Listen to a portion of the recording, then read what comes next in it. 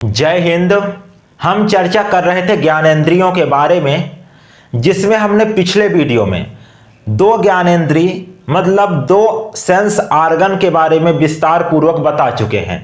पहला हमने बताया है स्किन के बारे में, जिसको कहते हैं स्पर्शेंद्रिय, और दूसरा हमने बताया है जीभ के बारे में, जिसको कहते हैं स्वादेंद्रिय। ठीक है, तो इनके बारे में आप पढ़ लीजिएगा, प्लेलिस्ट में वीडियो मिल जाएगा।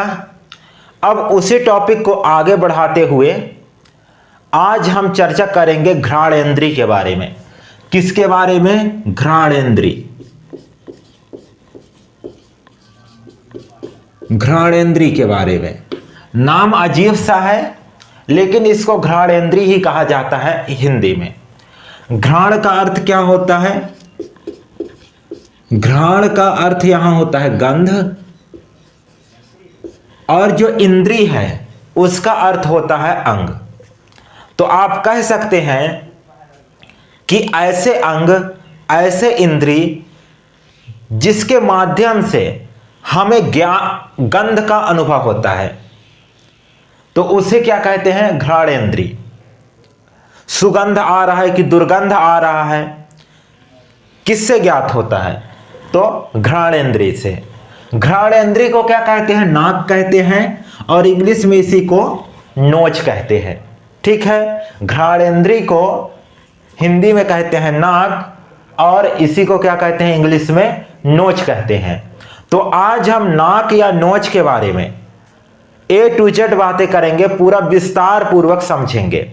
वैसे इतना विस्तार से नाक के बारे में कोई नहीं समझाता, लेकिन यदि आप हमारे चैनल के माध्यम से पढ़ाई कर रहे हैं तो हम आपको हर एक टॉपिक को विस्तार पूर्वक समझाएंगे। तो टॉपिक में आगे बढ़ने से पहले आपको करना क्या है? अभी तक आपने हमारे चैनल को सब्सक्राइब नहीं किया है तो चैनल को सब्सक्राइब कर लीजिए, एवं बगल में आ रहे बेल के आइकन को प्रेस जरूर कीजिएगा। जिससे होगा क्या, जैसे हम न्यू वीडियो अपलोड करेंगे तो उसका नोटिफिकेशन आपको मिल जाएगा सबसे पहले। चलिए, तो इस टॉपिक को स्टार्ट करते हैं, समझते हैं। तो आपको इतना तो समझ में आ गया कि जिस अंग द्वारा हमें गंध का ज्ञान होता है उसी को क्या कहते हैं? घ्राणेंद्रिय कहते हैं, उसी को नाक कहते हैं, उसी को नासिका कहते हैं, और उसी को नोज कहते हैं। अब देखिए, जो नाक है तो उसके दो भाग हैं। ठीक है, अब आपके मन में तुरंत आ गया होगा कि एक भाग इधर होगा और एक भाग इधर। ठीक है, क्योंकि ये दिख ही रहा है बाहर से कि एक इधर है एक इधर है, लेकिन ऐसा बिल्कुल भी नहीं है।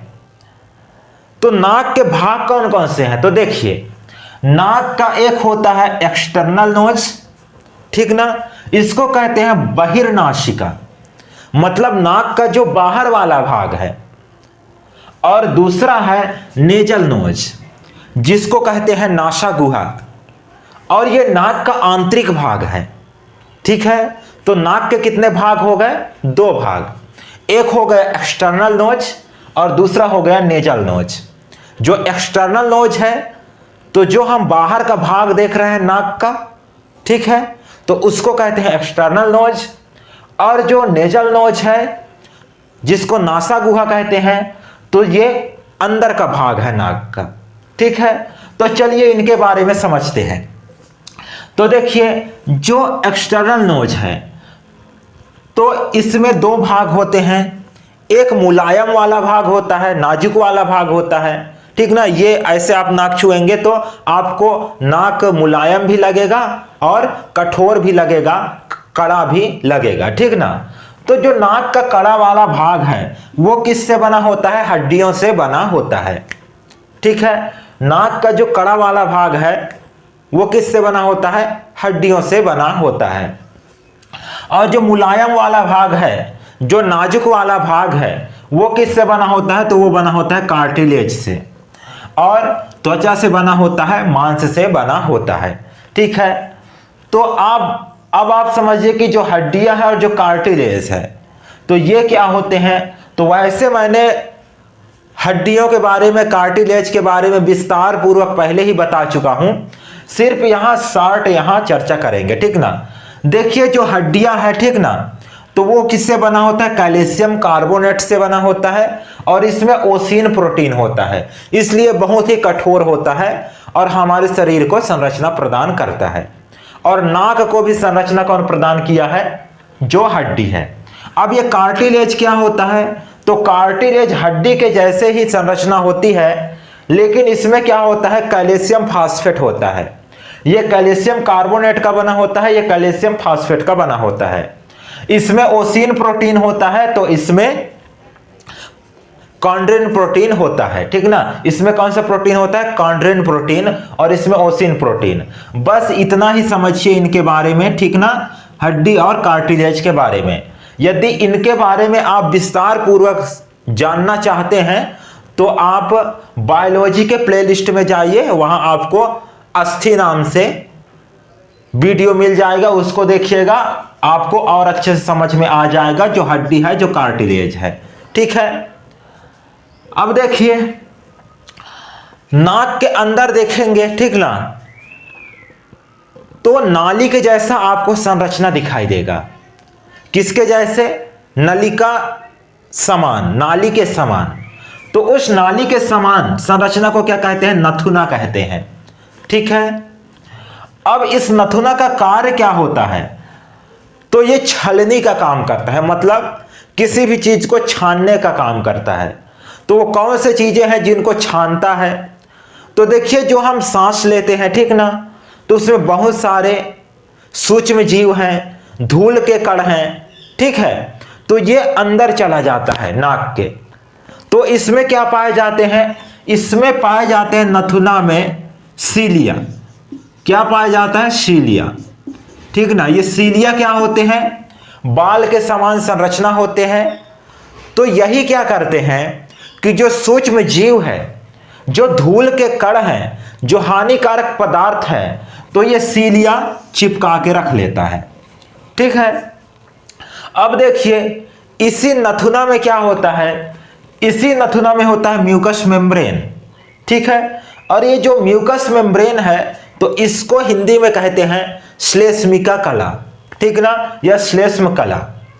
अब इस श्लेष्म कला में क्या होता है? बहुत सारे रक्त कोशिकाएं होते हैं, ब्लड सेल होते हैं, जो कि जाल के समान फैले होते हैं, ठीक है। इतना आपको समझ में आया होगा। अब देखिए जो म्यूकस मेम्ब्रेन है, तो इसमें बहुत सारे ग्लैंड्स पाए जाते हैं, बहुत सारे ग्रंथियां पाए जाते हैं।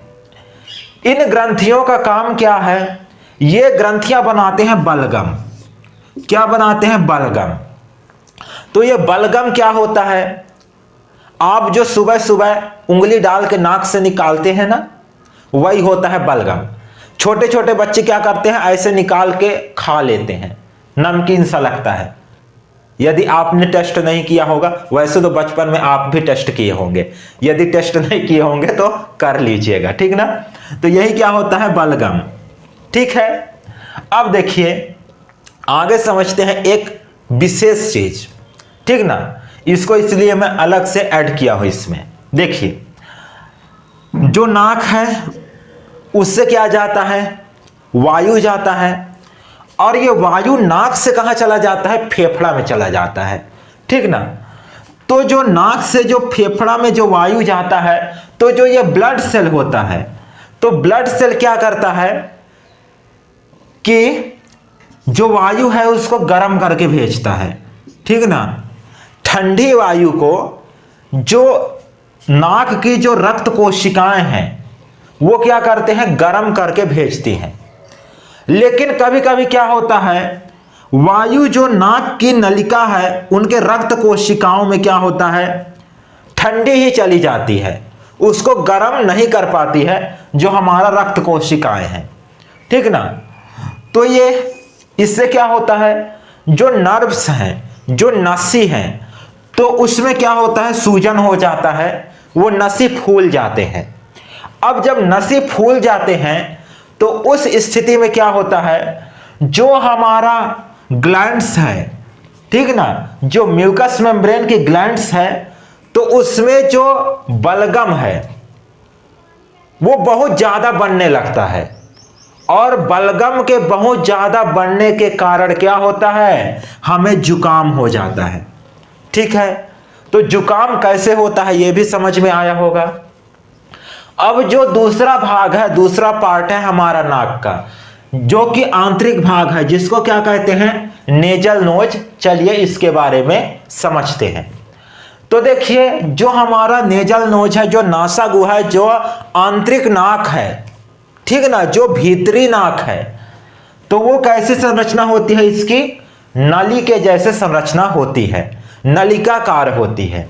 ठीक है, अब इस नलिकाकार संरचना में क्या होता है, इसमें भी म्यूकस मेम्ब्रेन होता है। ठीक ना, तो देखिए, जो नथुना में म्यूकस मेम्ब्रेन था, तो उसमें जो ग्रंथियां थी वो किसका निर्माण कर रही थी, बलगम का निर्माण कर रही थी। लेकिन जो नेजल नोज है उसमें जो म्यूकस मेम्ब्रेन है, तो उसका काम क्या है, गंध का पहचान करना,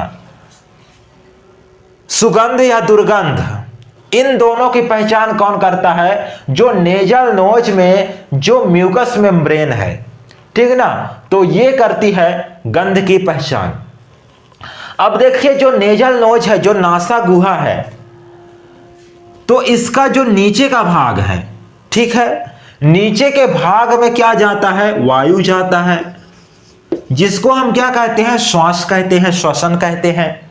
ठीक है, और जो ऊपर का भाग है, तो उसमें क्या जाता है, गंध जाता है, चाहे वो सुगंध हो या फिर दुर्गंध हो। ठीक ना, सुगंध या दुर्गंध दोनों किस में जाता है, जो नेजल नोज है उसके ऊपर वाली भाग में। नीचे वाली भाग में क्या जाता है, वायु जाता है, किसके माध्यम से, श्वास के माध्यम से। अब देखिए, जो नाक का पिछला भाग है, ठीक ना, नाक का पिछला भाग है, उसका संबंध कंठ से होता है। कंठ किसको कहते हैं, गले के ऊपर, यहां पास देखेंगे हाइयाइड बोन, कल ही मैंने आपको बताया था, तो हाइयाइड बोन के ऊपर के भाग को क्या कहते हैं, कंठ कहते हैं। तो जो हमारा नाक है उसका संबंध किससे होता है, कंठ से होता है। इसी कारण आपने देखा होगा, कभी कभी पानी पीते या खाना खाते समय हंसी आ जाता है, तो उस स्थिति में क्या होता है कि जो हमारा भोजन है, जो पानी पी रहे हैं हम, वो नाक के ऊपर चढ़ जाता है, नाक में चला जाता है। ठीक ना, जिससे सांस लेने में प्रॉब्लम होता है और बड़ी घबराहट सा होता है, पसीना आने लगते हैं।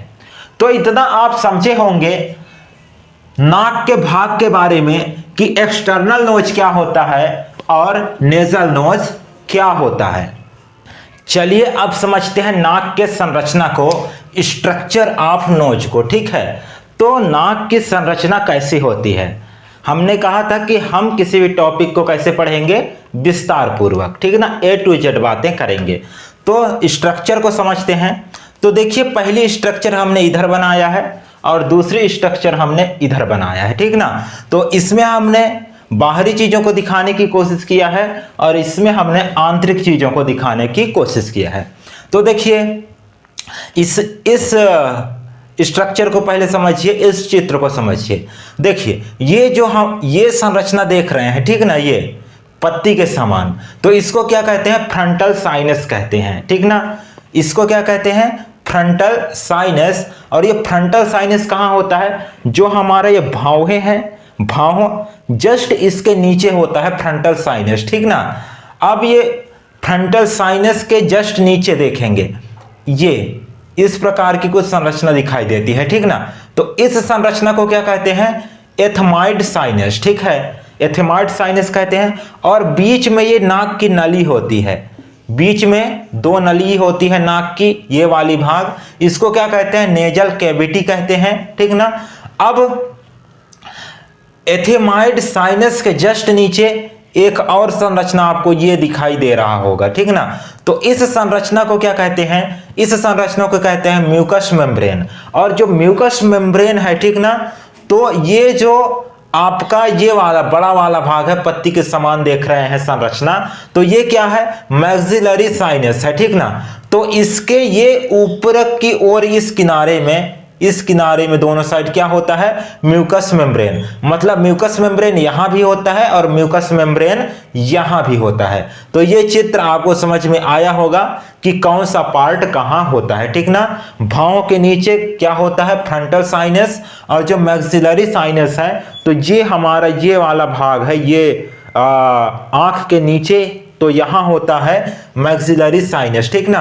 और जो भौं है और जो हमारा ये आंख के नीचे का भाग है, आंख के जस्ट सेंटर में क्या होते हैं, एथमाइड साइनस होते हैं, और ये जो नली है नाक की उसको क्या कहते हैं, नेजल कैविटी कहते हैं। तो ये आपको समझ में आया होगा। अब समझते हैं इस चित्र को, ठीक ना। तो ये वाला जो आप भाग देख रहे हैं, ये वाला भाग, ये, ठीक ना, तो ये नाक का उठा हुआ भाग है, ठीक ना, नाक का उठा हुआ भाग, ठीक है। ये जो संरचना देख रहे हैं, तो ये जो हमारा ये मेन वाला, ये जो हम बाहर से नाक समझते हैं, ठीक ना, तो यही वाला भाग कौन सा है, ये वाला नाक का उठा हुआ भाग, ठीक ना।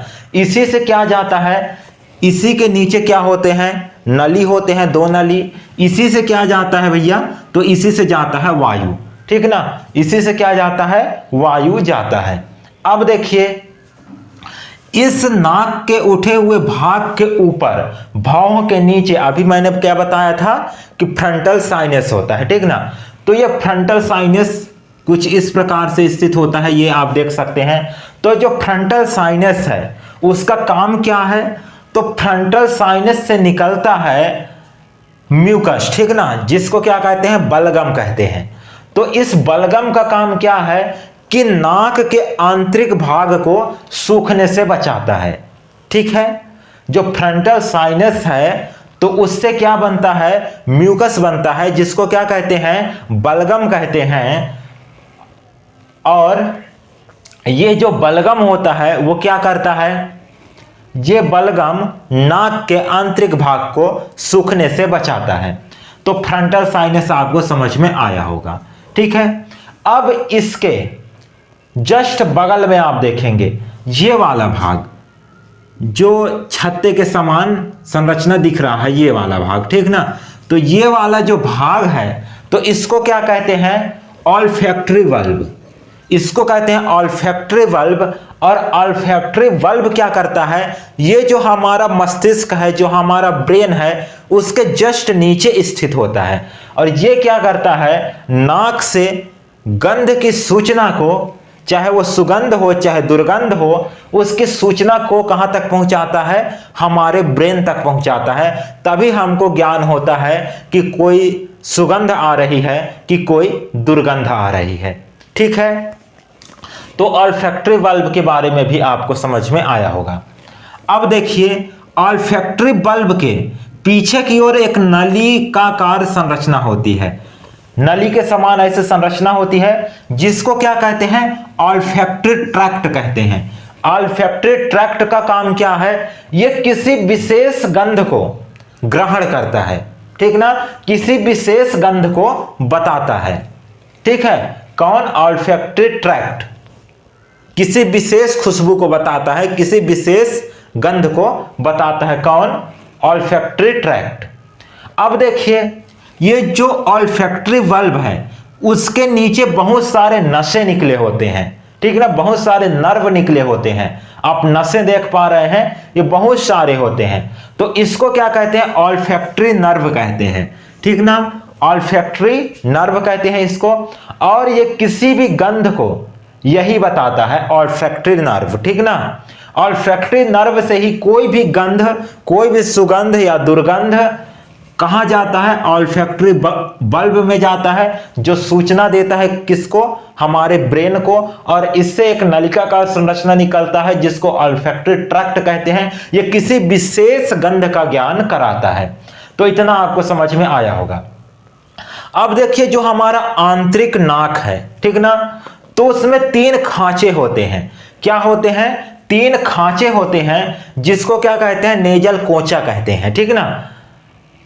विशेष खांचा होता है। 3 खांचा आप देख रहे हैं, ये पहली खांचा हो गया यहां से यहां तक, ये दूसरी खांचा हो गया यहां से यहां तक, तीसरी खांचा हुआ यहां से यहां तक, ठीक ना। तो इसको क्या कहते हैं, नेजल कोंचा कहते हैं। ये खांच होती है। तो जो सबसे नीचे वाली खांच है, ये वाली खांच, ठीक ना, तो इसको क्या कहते हैं, इन्फेरियर नेजल कोंचा, ठीक ना, इन्फेरियर नेजल कोंचा। तो इन्फेरियर नेजल कोंचा का काम क्या होता है, ये इसमें वायु का प्रवाह होता है, मतलब इसमें श्वास जाता है, ठीक ना, वायु का प्रवाह होता है। और ये सांस कहां चला जाता है, हमारे फेफड़े में चला जाता है। किसके माध्यम से, ट्रैकिया के माध्यम से। अब इसके जो बीच वाला भाग है, बीच वाला जो खांच है, उसको क्या कहते हैं, मिडिल नेजल कोंचा, ठीक ना। तो ये क्या करता है, ये मध्यस्थता का काम करता है। जो इंफीरियर नेजल कोंचा है, जो सबसे नीचे वाली खांच है, और जो सबसे ऊपर वाली खांच है, उसके बीच की मध्यस्थता करता है। सबसे ऊपर वाली खांच, ठीक ना, जिसमें सबसे अधिक घना क्या होता है, नसें होते हैं, नर्व होते हैं, ठीक ना। तो ये होता है सुपीरियर नेजल कोंचा। तो जो सुपीरियर नेजल कोंचा है, उसमें क्या होता है, ऑल्फैक्टरी म्यूकस मेम्ब्रेन होता है, ठीक ना, ऑल्फैक्टरी म्यूकस मेम्ब्रेन होता है। और इसी में क्या होते हैं, बहुत सारे ब्लड कोशिकाएं होती हैं, ठीक ना, रक्त कोशिकाएं होती हैं बहुत सारे इसी में, ऑल्फैक्टरी म्यूकस मेम्ब्रेन में, ठीक ना। तो इसका काम क्या है, तो इसका काम विशेष है कि यही क्या करता है, गंध को क्या करता है, रिसीव करता है। तो इसको क्या कहते हैं, ऑल्फैक्टरी रिसेप्टर्स भी कहते हैं, ठीक ना।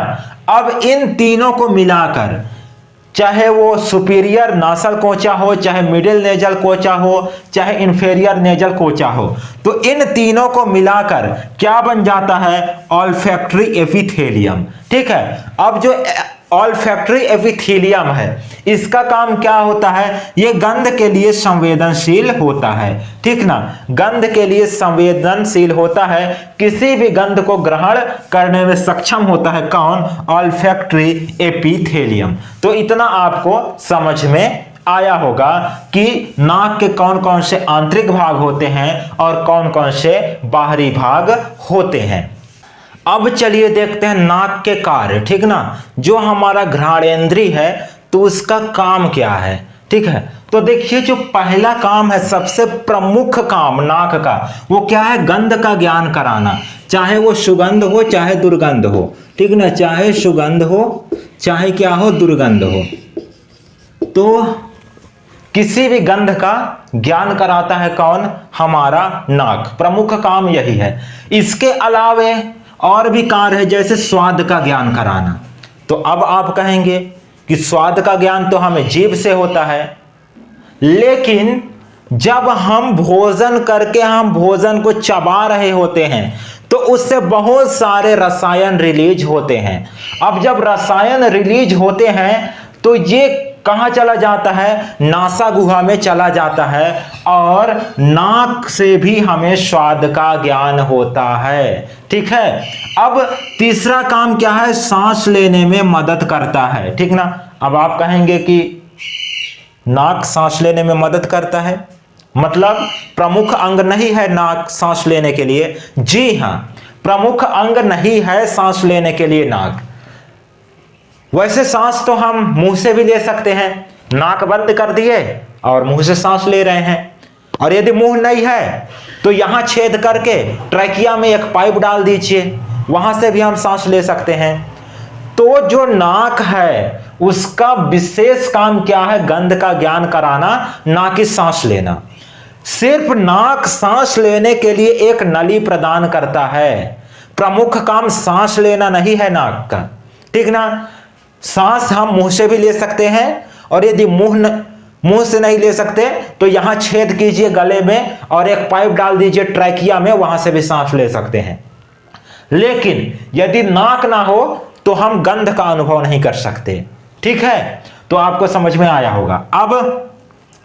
अब ये सांस लेने की नली तो प्रदान करता ही है नाक, तो अब जो इसमें बाल होते हैं नाक के अंदर, जिसको क्या कहते हैं, सीलिया कहते हैं, तो ये क्या करता है, जो हवा है, जो हवा हम सांस लेते हैं, तो उसमें बहुत सारे सूक्ष्म जीव होते हैं, बहुत सारे जीवाणु होते हैं, बहुत सारे क्या होते हैं, धूल के कण होते हैं। तो इसको छानती है और हवा को क्या करती है, शुद्ध करती है। ठीक ना। तो ये 4 काम है किसके, नाक के। आई होप कि आपको नाक वाला टॉपिक अच्छे से समझ में आया होगा। यदि वीडियो अच्छा लगा हो तो वीडियो को लाइक कर दीजिएगा और अपने मित्रों के साथ, अपने दोस्तों के साथ, अपने फ्रेंड्स के साथ, अपने सहपाठियों के साथ ज़्यादा से ज़्यादा शेयर कीजिएगा। और यार सपोर्ट करो, क्योंकि आप सपोर्ट नहीं करेंगे तो हम आपके लिए वीडियो लेकर नहीं आएंगे। आप सपोर्ट करेंगे तो आपके लिए हम रेगुलर वीडियो लेकर आते रहेंगे। तो आपको सपोर्ट क्या करना है कि आपने अभी तक चैनल को सब्सक्राइब नहीं किया है तो चैनल को जल्दी से सब्सक्राइब कर लीजिए और वीडियो को लाइक जरूर कर दीजिएगा। तो फिर मिलते हैं नेक्स्ट टॉपिक के साथ नेक्स्ट वीडियो में। तब तक के लिए धन्यवाद। जय हिंद।